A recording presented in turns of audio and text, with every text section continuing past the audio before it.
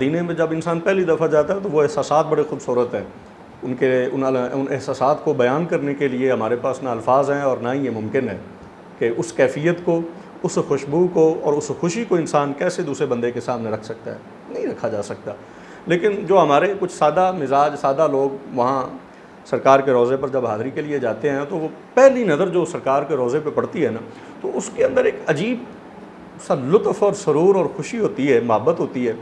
تو وہ جیسے ہی سادہ مزاج سادہ لوگ، شاک لوگ دیکھتے ہیں سرکار کے روضے کو تو وہی ہاتھ اٹھا لیتے ہیں اور سرکار کی بارگاہ میں اپنی عاجزی، انکساری اور اپنی خواہشات کو پیش کرنا شروع کرتے ہیں. تو ابھی یہ منظر شروع ہی ہوتا ہے کہ وہاں سے کوئی مطلب توحید کا علمبردار، جن کا دعویٰ یہ ہے کہ دنیا میں سب سے زیادہ توحید انہی کو ہی سمجھ آئی ہے، خود ساختہ جو ان کی ایک بنائی ہوئی کسوٹی ہے. اور وہ کہتے ہیں کہ ہم سے بڑا عالم بھی کوئی نہیں اور ہم سے بڑا مطلب کہ جو آداب رسالت ہیں وہ جاننے والا بھی اور کوئی نہیں. یہ ان کے دعوے ہیں. تو اچھا، وہ آگے کیا کہتے ہیں کہ آپ یہ کیا کر رہے ہیں، یہ اس طرف ہاتھ اٹھا کے آپ دعا مانگ رہے ہیں جبکہ کعبہ تو اس طرف ہے، کعبہ تو اس طرف ہے، تو آپ کعبہ کی طرف منہ کریں اور کعبے کی طرف منہ کر کے آپ دعا مانگیں. یہ آپ تو شرک کر رہے ہیں.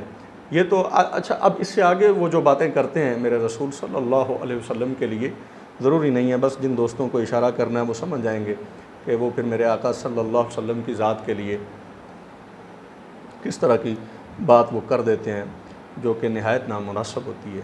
اچھا، یہ تو ہے کہ ہمارا آج کا جو ایک مدعا جو ہم نے بیان کرنا کہ یہ تو ایک آج کا مطلب وہاں جو توحید کے ٹھیکیدار ہیں آج کل وہ بڑھ چڑھ کر یہ کام کر رہے ہیں اور آئے دن وہ لوگوں کو وہاں پکڑتے رہتے ہیں. لیکن خلیفہ ابو جعفر منصور ان کے بارے میں کہ بڑا معروف ان کا ایک مناظرہ بھی ہوا تھا حضرت امام مالک سے. تو وہ جس میں اس کی آواز تھوڑی سی اونچی ہوئی تو حضرت امام مالک نے فرمایا کہ اپنی آواز کو ذرا آہستہ کرو. ٹھیک ہے کہ تم جو بھی ہو، تمہارا جو بھی عہدہ ہے، لیکن یہ حضور کی بارگاہ ہے. تمہیں نہیں پتہ کہ یہاں سرکار دو عالم صلی اللہ علیہ وسلم محو آرام ہے. تو ان کے آرام کا بہرحال تو وہ امام بھی کیا امام تھے. اور حضرت امام مالک کے بارے میں آتا ہے کہ آپ نے تو ساری زندگی مسجد نبوی شریف میں ہی گزاری ہے اور مدینہ شریف کی گلیوں میں ایسا عاشق لوگوں نے کم ہی دیکھا ہوگا. ساری زندگی حضور کے شہر کا بھی ادب کرتے رہے اور حضور کی ذات کا تو پھر ان کا جو ایک عشق کا معاملہ تھا.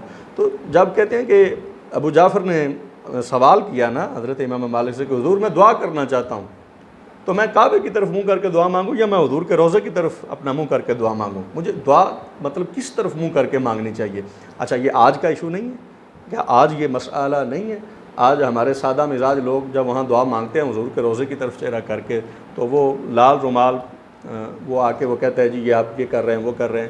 تو یہ بیان ہی وہی بات ہے. حضرت امام مالک نے جواب دیا کہ تم سرکار کے روضہ انور کی طرف منہ کیوں نہیں کرو گے، کیونکہ حضور تو حضرت آدم کا بھی وسیلہ ہے. سرکار تو ہر اس شخص کا وسیلہ ہے جس نے بھی حضور کا نام اللہ کی بارگاہ میں بطور وسیلہ پیش کیا ہے. یہ تو پھر کبھی ہوا ہی نہیں ہے نا کہ سرکار کا نام بطور وسیلہ اللہ کی بارگاہ میں پیش کیا گیا اور اللہ پاک نے فرمایا ہو کہ نہ میرے محبوب کا بھی وسیلہ دیا پھر بھی معاف نہیں کروں گا. کوئی ہو تو صحیح جس نے اللہ کی بارگاہ میں رسول پاک صلی اللہ علیہ وسلم کو بطور وسیلہ پیش کیا. تو حضرت امام مالک نے کہا کہ وہ ذات تو پوری کائنات کے لیے وسیلہ ہے، تو تم کعبے کی طرف نہیں بلکہ حضور کے روضے کی طرف منہ کرو اور وہاں حضور کے روضے کی طرف منہ کر کے اپنی دعا مانگو اور جو بھی مانگنا ہے اللہ کی بارگاہ میں سرکار کو بطور وسیلہ پیش کرو تاکہ تمہاری دعا قبول ہو. یہ کتنی بڑی سند ہے، کتنی بڑی دلیل ہے جو مسجد نبوی شریف کے اندر حضرت امام مالک نے خلیفہ ابو جعفر کو یہ بات ارشاد فرمائی.